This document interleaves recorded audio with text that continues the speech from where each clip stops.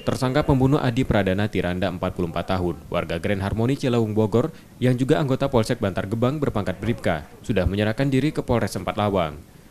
Raika Sastra Winata, tersangka pembunuhan menceritakan, penyebab ia membunuh korban karena melihat ayahnya yang dicekik korban dan ditodong senjata api.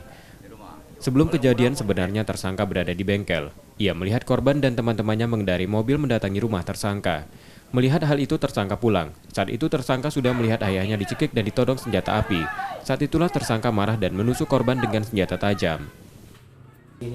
Bukan memang ada niat baik kan kamu berdua tuh keluarga tuh. Apa macam apa nak ribut tuh?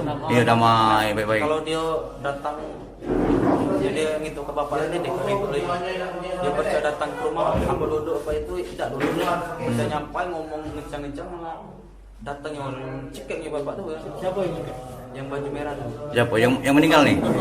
Oh, korban ya.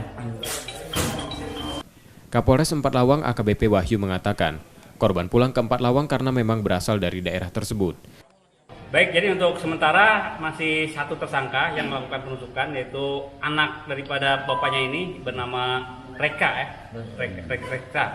Nah ini baru satu, sambil menunggu perkembangan penyelidikan lebih lanjut, kemungkinan akan adanya penambahan tersangka.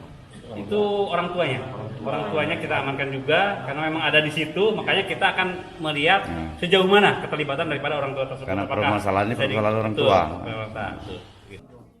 Saat ini polisi menetapkan 2 tersangka dalam peristiwa itu.